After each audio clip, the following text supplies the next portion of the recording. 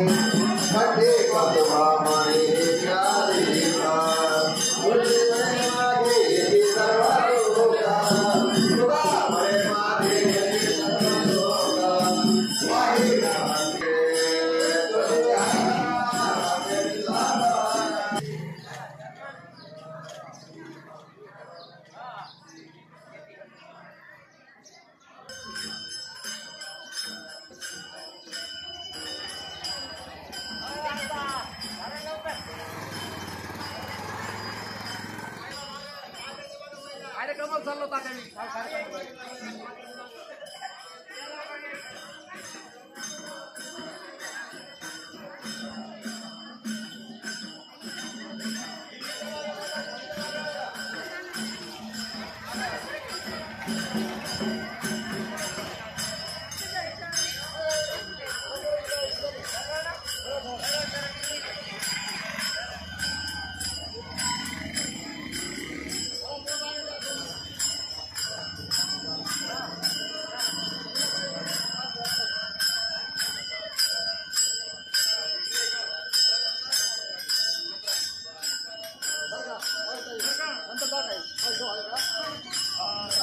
गेलो टाका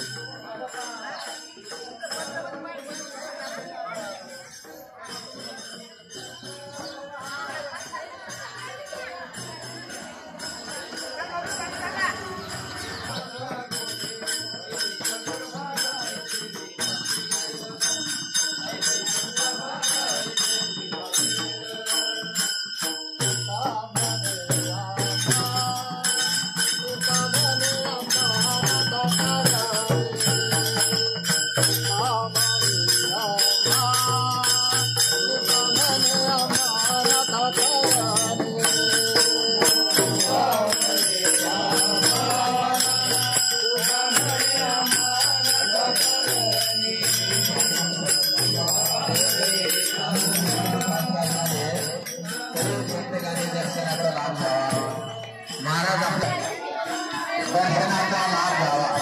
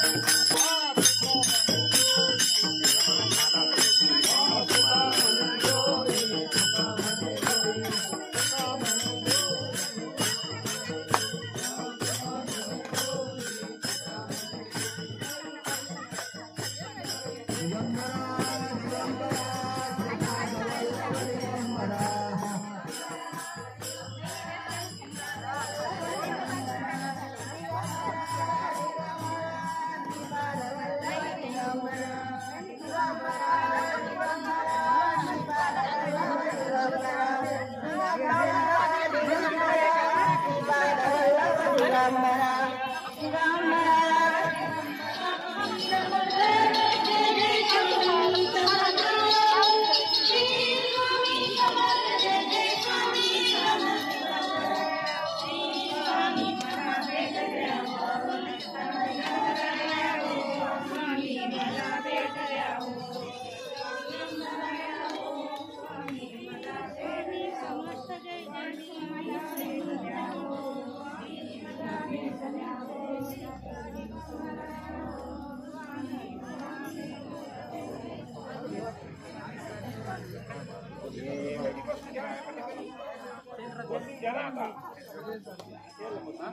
आई काय वाटत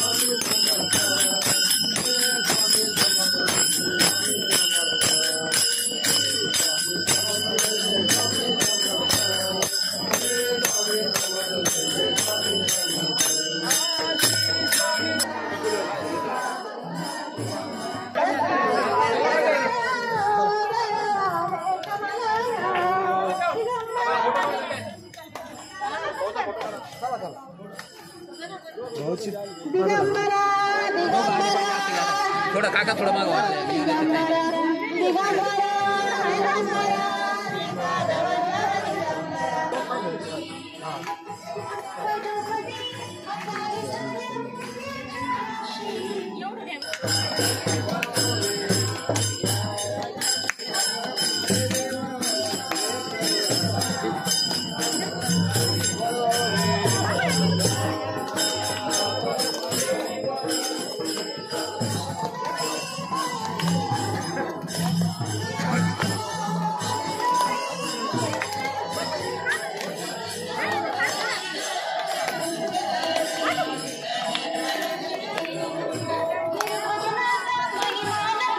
स्वर्ण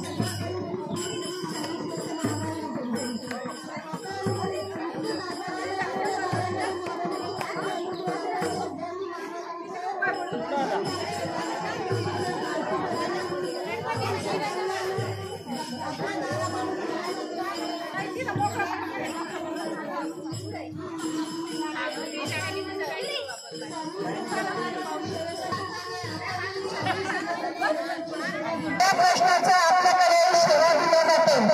मग आपण ती सेवा केल्यानंतर आपले सगळे प्रश्नही सुटत असतात. म्हणून आपण तांबेरान शरीर केले आहे की आपल्याकडे महाराज आमची सेवा करताना आपल्यापर्यंत मजुरी आपल्याला दिलेली आहे. ज्यांना कोणाला प्रश्न बघायचे असतील, ज्यांच्याकडे काही अडचणी असतील, त्यांनी इकडच्या मंदिरामध्ये यायचं आहे आणि आपले प्रश्न मांडायचे आहे. श्री स्वामी समर्थ.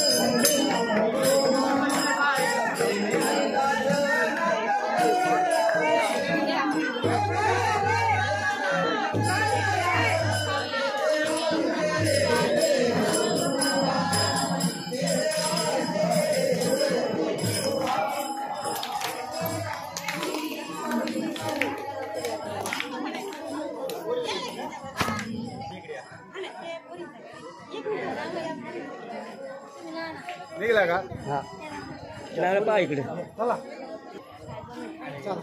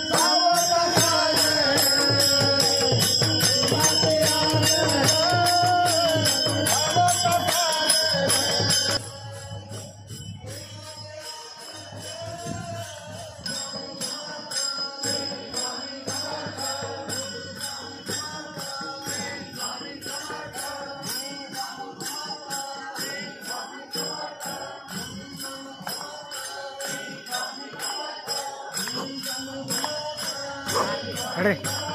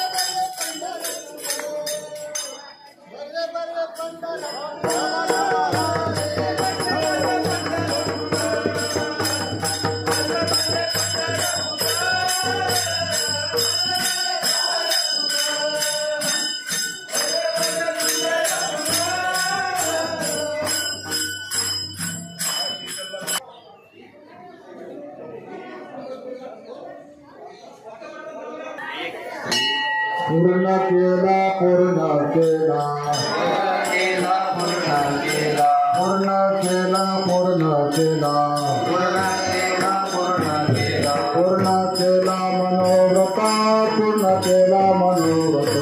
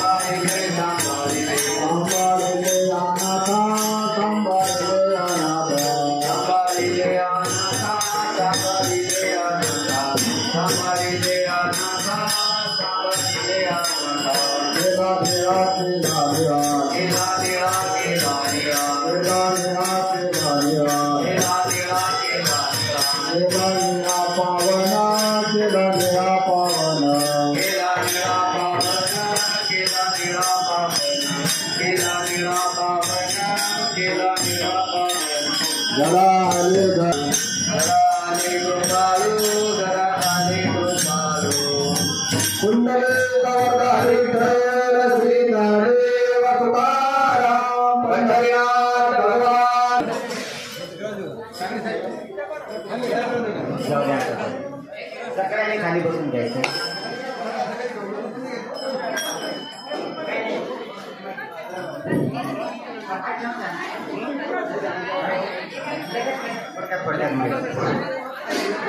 राजाधिराज योगीराज परमश्री स्वामी समर्थ महाराज प्रमेभूत मोरे दादा परमपूज्य गुरुमावली. आपला तुमच्या गावामध्ये पालखी काढण्याचा उद्देश होता घराघरामध्ये महाराज पोहोचले पाहिजेत. खरोखरच इतका प्रतिसाद मिळाला असं वाटत नव्हतं. वेळ झाला होता, आम्हाला वाटलं थोडेफार सेवेकरी येतील, पण खूप मोठे सेवेकरी आले, खूप मोठं सहकार्य मिळालं. तर आपला हा मार्ग परमपूज्य गुरुमावलीने आपल्या भारतातच नाही तर परदेशात सुद्धा सगळीकडे मार्ग पसरलेला आहे. स्वामी समर्थ महाराज परदेशात फॉरेन मध्ये सुद्धा गेलेले आहेत, तिकडे खूप सेवेकरी आहेत. आपल्या मार्गामध्ये बाल संस्कार होतात. छोट्या बालकांना मार्गाची माहिती, आपल्या हिंदू संस्कृतीची माहिती दिली जाते. बघा आता आपले बालक जर व्यवस्थित आपल्या मार्गात शिकले आणि तुम्ही पाठवले, समजा इथं केंद्र आहे असं म्हणतात, कोण चालवतं काय माहिती, कोण चालवतं केंद्र ताई, तर बाल संस्कार होत आहे का? हा, बाल संस्कार घेत जा. बाल संस्कार फार महत्वाचे आहे, कारण आजचे बालक उद्याचे भविष्य घडवणारे देशाचे. तर त्याच्यावर संस्कार झाले तरच पुढची पिढी संस्कारित होईल. बघा, एखादी मुलगी तुमच्या बाल संस्कारामध्ये शिकली आणि ती पुढं लग्न होऊन तिच्या नवऱ्याच्या घरी गेल्याच्या नंतर तिथं काय घडतं, ती पूर्ण ते घर स्वामी मार्गाला लावती बघा. आणि जिथं कुठं तिला स्वामी समर्थाचं केंद्र दिसल ती पटकन जाते, आरतीला जाते, तिचे पाय आपोआप होतात. तर हा मार्ग खूप मोठा आहे. आपल्याकडे अजून 2-3 ताई माहिती सांगणार आहेत. त्याच्यानंतर सगळ्यांना भुका पण लागलेल्या आहेत. थोडा प्रसादासाठी सगळ्यांना थोडा प्रसाद मिळणार आहे. आपल्याकडे प्रश्न उत्तरे घेणाऱ्या ताई आल्यात आमच्या बरोबर. प्रश्न उत्तरे बघा, आपल्या मार्गामध्ये प्रश्न तुम्ही सांगायचे, आमचे ताई उत्तरे देतील आणि त्याचे उत्तर म्हणजे आपल्या मार्गातून सेवा करून घेतली जाते. तुम्हाला ते सेवा देतील. ती सेवा जर तुम्ही पूर्ण केली तर तुमचे खूप दिवसाचे प्रश्न सुटतात. साक्षात स्वामी समर्थ महाराज त्याच्यात भाग घेतात. या ताई समोर. ब्रह्मांडदायक राजाधिराज योगीराज सद्गुरू पिठले महाराज सद्गुरू मोरे दादा यांच्या चरणी त्रिवार वंदन. आपले गुरुपीठाचे पीठाधीश परमपूज्य गुरुमौली यांच्या चरणी त्रिवार वंदन. आपले या गावातले जे ग्रामदैवत आहे यांना माझा साष्टांग नमस्कार. आपण स्वामी सेवेकरी आहोत. बंधू आणि भगिनी यांना माझा श्री स्वामी समर्थ. बघा, आपण इतके भाग्यवान सेवेकरी आहो की आपल्याकडे महाराजांची सेवा केली जाते. मग ही सेवा जी आहे तर ही सेवा केल्यामुळे काय काय होतं आणि घरामध्ये आपल्या काय काय प्रश्न असतात त्याचं निवारण कसं होतं हे मी आज थोडक्यात सांगणार आहे. कारण आपल्याला अगोदरच आपण पालखी सोहळा केलेला आहे. पालखीचं सुद्धा खूप महत्त्व आहे. बऱ्याच जणांना अनुभव आलेले आहे. बऱ्याच 2 ठिकाणी इतका सुगंध सुटला होता की जो महाराजांचा सुगंध म्हणजे तिथं अगरबत्ती सुद्धा लावलेली नव्हती तरी पण सुगंध येत होता. म्हणजे याचाच अर्थ काय आहे की महाराज हे पालखीमध्ये बसलेले होते. आणि पालखी कोणाकोणाला जड लागली सांगा बरं. का जड लागली पालखी? कारण त्याच्यात महाराज भगवान श्री स्वामी समर्थ महाराज हे प्रत्यक्ष येऊन बसलेले होते म्हणून पालखी जड लागत होती. मग आपण आता महाराजांची सेवा जी करतो तर ही सेवा केल्यामुळे काय होतं? सगळ्यात पहिलं तर मी असं म्हणेल की आपल्या घरामध्ये काय प्रश्न असतात तर त्या प्रश्नावर आपण हे सेवा देत असतो. मग आता घरामध्ये कोणते प्रश्न असतात? सगळ्यात पहिले संततीचा प्रश्न असतो, आरोग्याचा प्रश्न असतो, पैसा येतो पैसा टिकत नाही, मुलामुलींच्या लग्नाचा प्रश्न असतो, शिक्षणाचा प्रश्न असतो, मुलं मुली शिकतात पण नोकरी लागत नाही, नोकरी कोणती लागली तर ती चांगल्या पगारीची मिळत नाही, मग मुलामुलींचे लग्न होत नाही, झाले एखादे लग्न तर मग काय होतं, मुलगी 4-6 महिन्यामध्ये घरी परत येते, परत जात नाही. मुलाचं लग्न झालं, सूनबाई 2-4-6 महिने वर्षभर राहते, ती निघून जाते. मग हे कशामुळे प्रश्न निर्माण होत असतात आपल्या घरामध्ये? मग आपल्या घरामध्ये जसं आपल्याला आई वडील आहे तसे आपल्या कुळाला आई वडील असतात. मग कुलदेवी आणि कुलदैवत यांची जर घरामध्ये जर सेवा नाही झाली तर मग हे प्रश्न उद्भवत असतात. मग कुलदेवी आणि कुलदैवत त्याच्यासोबतच वास्तुदोष असतो आणि पितृदोष असतो. मग पितृदोष सुद्धा कशामुळे निर्माण होतो की आपल्या घरामध्ये कोणी अपघातीमध्ये गेलेलं असेल, कोणी ॲक्सिडेंटमध्ये गेलेलं असेल, कोणी आत्महत्या केलेली असेल, कोणी विष घेऊन मेलं, कोणी फाशी घेऊन मेलं, कोणी अचानक मृत्यू झाला, तर हे जे दोष आहेत तर हे दोष आपल्या घराण्याला लागत असतात. म्हणून आपण त्याच्यावर उपाय म्हणजे आपल्या स्वामी समर्थ केंद्रामध्ये हे उपाय सांगितले जातात आणि इथे विनामूल्य आपण मार्गदर्शन करत असतो. मग ह्या प्रश्नाचं जे आहे उत्तर तर आपल्या केंद्रामध्येच मिळत असतं. मग आता सगळ्यात पहिले आपण कुलदेवी आणि कुलदैवत घेऊ. आपल्या घरामध्ये आपल्याला जसे आई वडील असतात तसेच आपल्या कुळाला सुद्धा आई वडील असतात. बरेच जण काय म्हणतात की आम्ही पाटील आहे, देशमुख आहे, औरंगाबादकर आहे, वैजापूरकर आहे, पण हे त्यांचं आडनाव नाही आहे, ही त्यांना पदवी दिलेली आहे. मूळ जे आपलं मूळ कुळ जे असतं तर त्या कुळावर आपली जी देवी असते, तर आता शिंदे असेल तर शिंदेची कोल्हापूरची महालक्ष्मी आहे. असे जे आहे तर त्यांची जे देवी आहे, आपण त्या देवीची जर सेवा घरामध्ये नाही झाली तर हे प्रश्न उद्भवत असतात. तर ह्यासाठी आपल्याला आपली सगळ्यात पहिले आपल्याला जर माहिती नसेल तर आपण आपल्या ह्या स्वामी समर्थ केंद्रामध्ये आपल्याला सांगितले जाते की तुमचं आडनाव सांगा, कुळ सांगा. त्याप्रमाणे आपल्याकडे पुस्तक, आपल्या परमपूज्य गुरुमौलींनी जे पुस्तक काढलेलं आहे त्याच्यामध्ये सगळे बरेच आडनाव आहे. जवळजवळ 20-25 हजार नावं आहे त्याच्यामध्ये आडनावं आणि त्याप्रमाणे कुलदेवी आपली सांगितले जाते. मग त्याच्यामध्ये कुलदेवी, गोत्र हे सगळं त्याच्यामध्ये सांगितलं जातं. मग त्याप्रमाणे जर आपण सेवा केली तर मग आपल्या घरामध्ये हे प्रश्न राहत नाही. मग आता आपण काय म्हणतो की आता आपले आजोबा पणजोबा जे आहे, आता पूर्वीच्या काळामध्ये कसं होतं की देवीच्या ठिकाणी मूळ ठिकाणी जाण्यासाठी आपल्याला वाहनाची सोय नव्हती. त्याच्यामुळे मग आपण काय करतो, आपल्या गावाच्या जवळपास जी देवी आहे त्या देवीची आपण सेवा करतो. मग आपले पणजोबा करत होते त्या देवीची सेवा, मग पणजोबा करत होते म्हणून आजोबा करायचे, आजोबा करायचे म्हणून आपले वडील करतात, वडील करतात म्हणून आपण करतो म्हणून आपले मुलं करतात.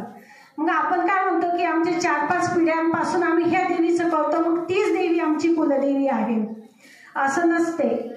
मग आपण आता कुलदेवी आणि कुलदैवत हे खंडोबा महाराज, बऱ्याच जणांच्या तुळजापूरची देवी असली की खंडोबा महाराज असतात.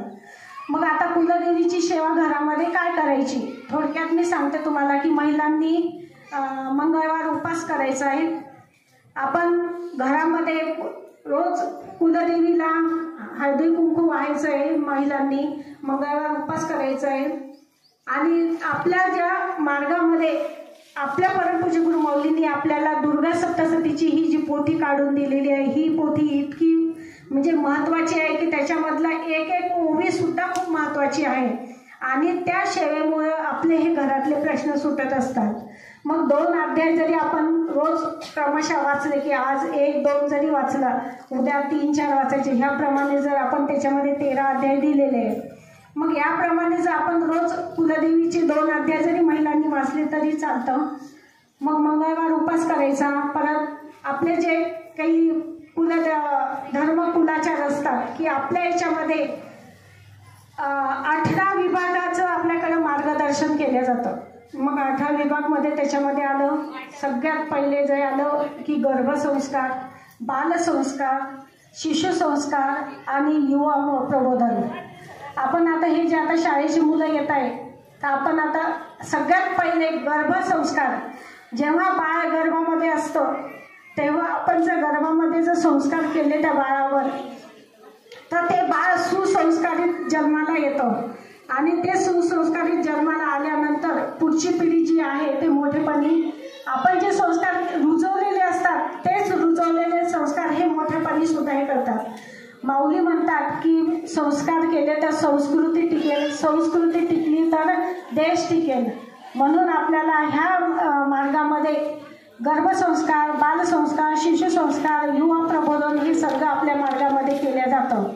त्याच्यानंतर आपल्याला मराठी अस्मितामध्ये आपल्या ज्या वर्षाचे जे सण वार व्रत वैकल्य असतात. बरेच जण काय करतात की आपल्याला आता नवरात्रामध्ये मी सांगते तुम्हाला, शांत बसा, आवाज नका. मग याच्यामध्ये आपले जे वर्षभराचे जे सण असतात, गुढीपाडवा सुरुवातीपासून चैत्र महिन्याचा हा गुढीपाडवा असतो. तर गुढी कशी उभारायची, त्याचा मंत्र कोणता म्हणायचा, तर हे सुद्धा आपल्या ह्या मार्गामध्ये सांगितलं जातं. मग त्याच्यामध्ये दिवाळी असेल, दसरा असेल, नवरात्र असेल. आपण जेव्हा नवरात्र बसवतो बरेच जण काय करतात की एक पाट मांडतात किंवा चौरंग मांडतात, त्याच्यावर दुर्डी ठेवतात, त्याच्यात माती टाकून कळस ठेवतात आणि फोटो वगैरे हे करतात. बऱ्याच जणांकडे काय करतात, सगळे देव घटी बसवतात. पण तसं सगळे देव घटी बसत नसतात, फक्त देवी ही घटी बसत असते, सगळे देव घटी बसत नसतात. मग हेच आपल्या मार्गामध्ये का बरं घटी बसवायचे नाही सगळे देव, हे सुद्धा आपल्या मार्गामध्ये सांगितलं जातं.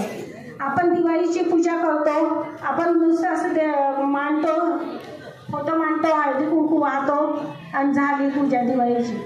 असं नाही, तर आपण मंत्र स्तोत्र म्हणून आपण ही पूजा कशी करायची जेणेकरून आपल्या घरी लक्ष्मी कशी येईल आणि ती आलेली लक्ष्मी कशी टिकेल, तर हे या मार्गामध्ये सांगितलं जातं. म्हणून आपला हा मार्ग जो आहे तर हा अनुभूतीचा मार्ग आहे. याच्यामध्ये विनामूल्य मार्गदर्शन केले जातं. मग आता त्याच्यामध्ये कृषी महोत्सव आहे, त्याच्यामध्ये याज्ञिकी आहे, त्याच्यामध्ये पर्यावरण विभाग आहे, स्वयंरोजगार विभाग आहे, हे सगळं आपलं वास्तुशास्त्र आहे. तर हे जे आहे तर हे सगळं आपल्या ह्या मार्गामध्ये विनामूल्य शिकवलं जातं. जेणेकरून आता तुम्ही वास्तुशास्त्र जर शिकले, आपल्या मार्गामध्ये आपल्या त्र्यंबकेश्वर इथे गुरुपीठ इथे महिन्याच्या चौथ्या शनिवारी मीटिंग होत असते. तिथं परमपूज्य गुरुमाऊली आपल्याला मार्गदर्शन करत असतात. मग शनिवारी मीटिंग झाल्यानंतर रविवारी हे प्रशिक्षण प्रश्न असेल तर त्यांनी विचारून घ्यावं, त्या ताई सेवा देता येईल. तर आपल्याला ह्या प्रशिक्षण त्या ठिकाणी दिल्या जातं. गुरुपीठ इथे त्र्यंबकेश्वर इथे मीटिंग झाल्यानंतर दुसऱ्या रविवारी प्रशिक्षण दिलं जातं. आपल्याला कोणाला ज्यांना काही शिकायची इच्छा असेल तो दर महिन्याच्या मीटिंगला हजर राहायचं आणि दुसऱ्या दिवशी प्रशिक्षणाला हजर राहायचं. मग आपण हे जे प्रश्न सोडवतात तर ह्या प्रश्नामुळे आपले प्रश्न सोडत असतात. मग शेतीविषयक आता बघा कृषी महोत्सव आहे 6 तारखेपासून 10 तारखेपर्यंत 6 फेब्रुवारी ते 10 फेब्रुवारी. मग आता तुम्ही सगळे शेतकरी आहात. मग आता शेतीचा प्रश्न असा आहे तुमचा की आपण काय करतो की बऱ्याच आता वर्षापासून आपण युरिया खत अजून काय काय फवारणी करता तुम्ही. याच्यामुळे काय झालेलं आहे तुमच्या शेतीचा हे पूर्ण कस निघून गेलेला आहे. मग शेती पिकवायची तर मग तुम्ही काय करता त्याच्यावर फवारणी करून करून करून करून ते पीक कसं तरी वाढवता. पण आपल्या ज्या मार्गामध्ये आहे तर सेंद्रिय शेती कशी करायची हे आपल्याला विनामूल्य मार्गदर्शन केलं जातं आणि प्रशिक्षण दिलं जातं. आता हे जे कृषी महोत्सव आहे तर ह्या महोत्सवमध्ये बघा याच्यामध्ये नाशिक येथे युथ फेस्टिवल मैदान ह्या ठिकाणी हे प्रशिक्षण म्हणजे कृषी महोत्सव आहे. मग याच्यामध्ये स्वयंरोजगार आहे, कृषीविषयी. आता आपण शेती करतो, पूर्वीचे लोक काय ते युरिया खत वगैरे होते का पहिले टाकायला? नव्हते ना. मग गाईच्या शेणापासून आपण जे खत तयार होत होतं तेच आपण शेतामध्ये टाकत होतो. आता हे फवारणी करता तुम्ही, एवढे विषारी औषधी आहे ती की त्याच्यामुळे कॅन्सर सारखे रोग व्हायला लागलेले. मग आपण हे जे आहे तर सेंद्रिय शेती जर तुम्ही केली तर ते जे अन्न पिकवता तुम्ही तर ते अन्न सकस होईल आणि त्याच्यामुळे आपल्या आरोग्यावर परिणाम होणार नाही. मग हे कसं तयार करायचं तर हे सगळं ह्या कृषी महोत्सवमध्ये तुम्हाला सांगितलं जाणार आहे. मग आता त्याच्यामध्ये सेंद्रिय शेती कशी करायची. आता बरेच शेतकरी आहे, शेतकरी ते सगळं सेंद्रिय शेतीचं पीक काढतात. भाजीपाला सुद्धा सेंद्रिय शेतीचा आहे, गहू आहे, कपाशी आहे. गव्हाला जो भाव आहे आज आपल्या गव्हाला किती भाव आहे? 250-300 रुपये किलो आहे. किती आहे? 2.5 रुपये. काय भाव आहे गव्हाचा? 3000 रुपये. पण आपण जो सेंद्रिय शेतीचा ऑर्गॅनिक गहू जर तयार केला तर तो गहू 1000 ते 1200 रुपये किलोनी विकला जातो आणि तो पिकायच्या आधीच ते बुकिंग केले जाते. तर हे जे डॉक्टर लोक आहेत सगळे आमच्या औरंगाबादला हरणे कंपनी आहे ते सगळे जण हे गहू पिकवतात आणि तो गहू जेव्हा शेतात असतो तेव्हाच तो गहू विकला जातो त्यांचा, म्हणजे तेव्हाच त्यांना गिराईक मिळून जातं. मग हे जे आहे तर हे आपल्याला आपल्या परमपूज्य गुरुमाऊलींनी आपल्याला हे दिलेलं आहे तर हे आपण सगळ्यांनी घ्यावं. आपण माल तयार करतो पण तो माल आपण व्यापाऱ्यापर्यंत देतो, कारण आपण शेतात बी रुजण्यापासून पाणी देणं, ते पिकवणं, ते काढणं सगळं आपण करतो. पण आपण काय करतो ते सगळं व्यापाऱ्याला देतो. मग व्यापारी काय भाव देतो तुम्हाला? जर एखादी भाजीपाला आपण आता मेथीची जुडी घ्या तुम्हाला ते पेरायला, त्याला पाणी द्यायला, ती काढायला, धुवून धावून गड्डी तयार करायला किती वेळ लागतो, किती मेहनत लागते. मग तुम्ही काय करता? बागवानाकडे घेऊन जाता आणि तो काय भाव देतो? 3 रुपयाला 4 रुपयाला जुडी तुमच्याकडून घेतो आणि तिकडे 10-12 रुपयाला विकतो तो. मग याच्यामध्ये फायदा कोणाचा आहे? व्यापाराचा आहे का आपल्या शेतकऱ्यांचा आहे? तर आपण सगळं जर कृषी महोत्सव मध्ये जर आपण आलात तर आपल्याला हे सगळं माहिती होईल. आता दुसरं असं आहे की आपल्या घरामध्ये लक्ष्मी टिकण्यासाठी बराच पैसा येतो पण तो पैसा टिकून राहत नाही. मग त्याच्यासाठी आपल्या परमपूज्य गुरुमाऊलींनी आपल्याला एक हा जो श्री यंत्र पूजन संच दिलेला आहे. याच्यामध्ये जे आपण आता श्री यंत्राचं नाव सगळ्यांनी ऐकलेलं असेल, पण हे श्री यंत्र राज श्री चक्रराज यंत्रपूजन करायचं आहे आपल्याला. तर हे जे आहे तर याच्यामध्ये कोरीव आहे हे यंत्र, आणि त्या यंत्रामध्ये आपण जेव्हा पूजा करणार तर ते पूजा अष्टलक्ष्मी ही त्या यंत्रावर विराजमान आहे. आणि त्या यंत्राची आपण जेव्हा पूजा करणार की मग ते यंत्रपूजा आता 21 तारखेला हे आपल्या इथे वेरूळ येथे ही पूजा आहे ठेवलेली. आपण सगळ्यांनी ह्या सेवेला हजर राहायचं आहे. ह्याच्यामध्ये आपल्याला लक्ष्मी प्राप्तीचं म्हणजे यंत्र तर आहेच, त्याच्यासोबत कवड्या आहे त्याच्यामध्ये दिलेल्या, लक्ष्मी प्राप्तीचे लाल गुंज आहे. हे जे सगळं आहे तर हे आपण आपल्या देवघरामध्ये कसं ठेवायचं आणि त्याच्यावर कोणती सेवा करायची हे सगळं आपल्याला ह्याच्यामध्ये दिलेलं आहे. तर आपल्याला जास्तीत जास्त सेवेकऱ्यांनी ह्या सेवेला हजर राहायचं आहे, जेणेकरून आपल्याकडं काही जर आर्थिक अडचण असेल, आर्थिक प्रश्न असतील, आरोग्याचा प्रश्न असेल तर हे सगळं ह्या पूजेमुळे आपले निघून जाणार आहे. म्हणून आपण जास्तीत जास्त ह्या सेवेला हजर राहायचं आहे. आपण याच्यामध्ये आपल्याकडं आपल्या गुरुमौलींनी आपल्याला बरेच असे सेवा सांगितलेल्या आहेत, पण आता सांगणं तेवढं हे नाही आहे कारण तुम्हालाही घाई आहे. तर आपण आरती जेव्हा आपल्या इथं आरती होते तर त्या आरतीला जर आपलं जर सगळ्यांचं जर नियोजन असेल तर आम्ही काही सेवेकरी औरंगाबादहून येत जाऊ, संभाजीनगरहून, आपल्याला हे सगळं डिटेल मार्गदर्शन करू. मग आपल्या देवघरामध्ये कोणते देव पाहिजे, कोणते नाही पाहिजे. आपण शेतीमध्ये धान्य पिकवतो पण ते खूप दिसतं पण निघत नाही. मग आपल्या शेताच्या तिथे जे सेंद्रिय दैवत असतं तर त्या दैवतांचा कसा मान सन्मान करायचा हे सगळं आपल्याकडे शिकवलं जातं. वर्षातून ती आपली जी सीतामाता आहे, आपली जी शेती, आपली जी माती आहे, आपली आई आहे, तर तिचं आपण कसं वर्षातून 4 वेळा आपण तिचा मान सन्मान कसा करायचा, तर जेणेकरून आपलं जे पीक आहे तर ते आपल्याला मिळेल भरपूर. तर हे जे आहे तर हे सगळं आपल्या ह्या मार्गामध्ये शिकवलं जातं. तर आपण सगळ्यांनी आरतीला यावं. आरतीचं महत्त्व मी एक थोडक्यात सांगते तुम्हाला. आपण जेव्हा आरतीला येत असतो, पाय धुवून जेव्हा येतो तर आपले जे काही पाय धुतले आपण पाय धुतो, जे काही बाहेर आपण आपल्या पायाखाली किडे कटकुल मरतात किंवा बाहेरची जी बाधा असते ही बाधा सगळी ते पाय धुतल्यामुळे निघून जात असते. आणि जेव्हा आपण आरतीला हजेरी लावतो, आरतीला उभं राहतो, तर महाराजांचा फोटो जेव्हा आपल्या समोर असतो तर महाराजांच्या फोटोमधून एक किरण बाहेर निघत असतात आणि ते किरण आपल्या अंगावर पडल्यामुळं आपल्यामधले तर दोष निघूनच जातात. पण आरती झाल्यानंतर आपण जेव्हा घरी जातो तर हे जे महाराजांचे जे आशीर्वाद असतो हा आपल्या डायरेक्ट घरापर्यंत जातो आणि घरामध्ये जे काही आपले प्रश्न असतील ते प्रश्न ह्या सेवेमुळे सुटत असतात. मग ज्या त्या प्रश्नामुळे आपण काय करतो, 151 दिवस, 121 दिवस, 108 दिवस आरतीची सेवा देत असतो. याच्यासाठी देत असतो की आपले जे काही घरामध्ये प्रश्न असतील तर ते प्रश्न सुटावे, याच्यासाठी आपण आरतीची सेवा देत असतो.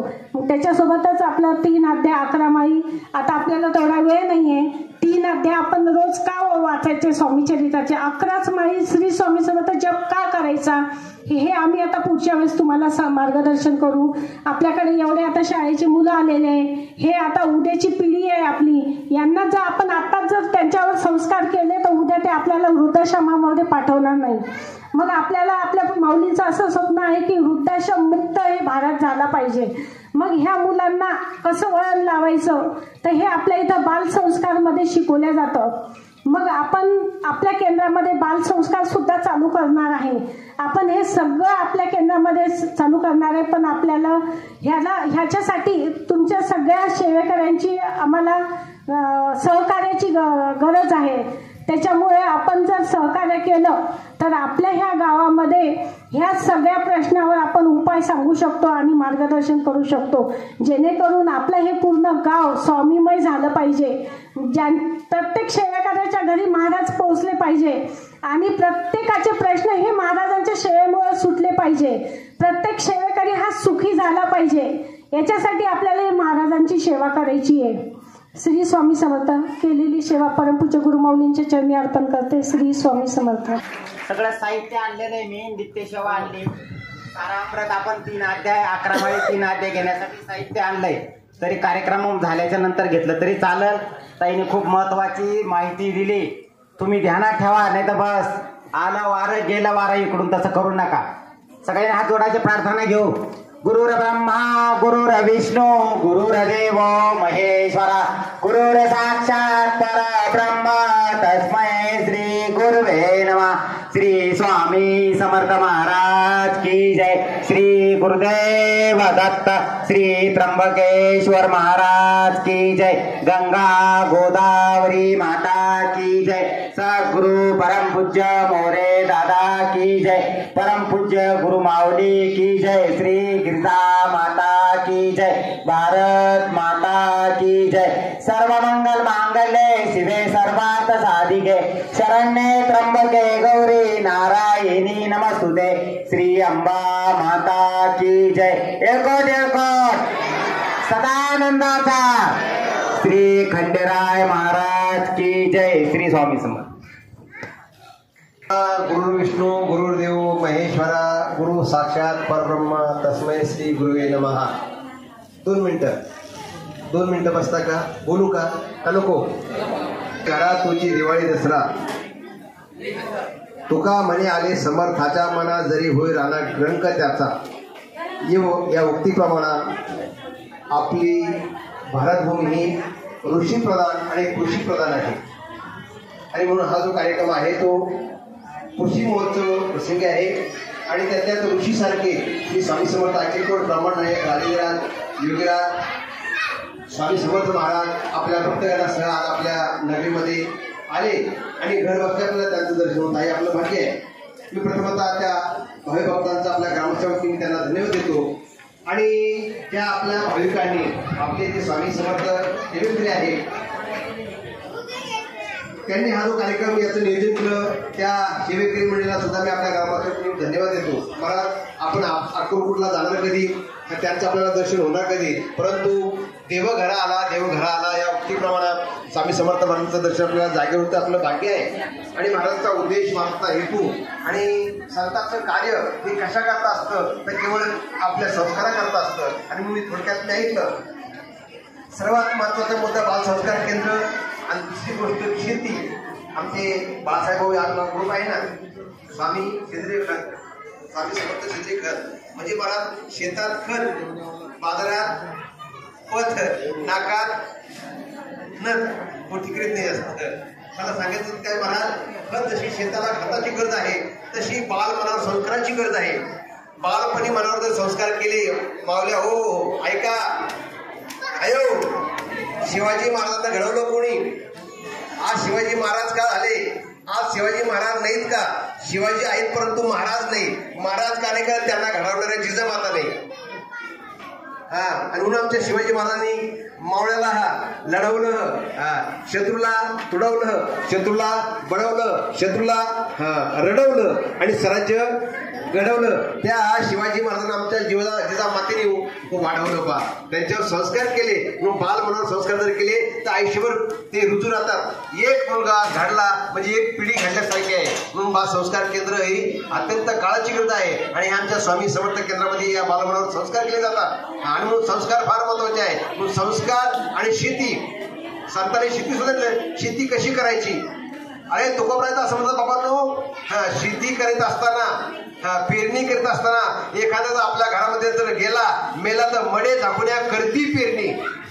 हा तुम्ही संत काय सांगतात, मडे झाकुण्या करती पेरणी म्हणजे ती वाप महत्वाची आहे. तसे निवडावे तर शेती करावे राखण म्हणून शेतीचं मार्गदर्शन आहे. त्याकरता शेणखत पाहिजे. आणि शेणखत कोणतं पाहिजे?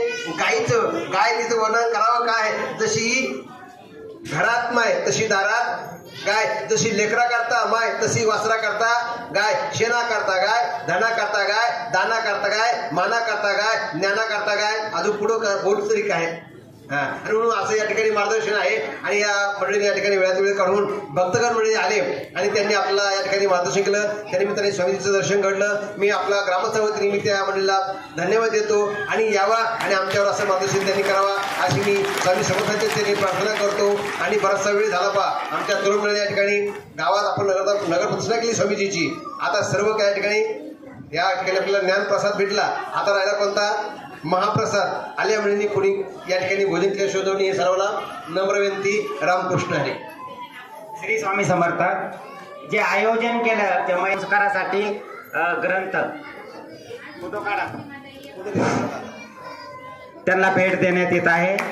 त्यांनी बालसंस्कार घेऊन जास्त पालक कसे आपल्या संस्कारासाठी येतील याची काळजी घ्यावी.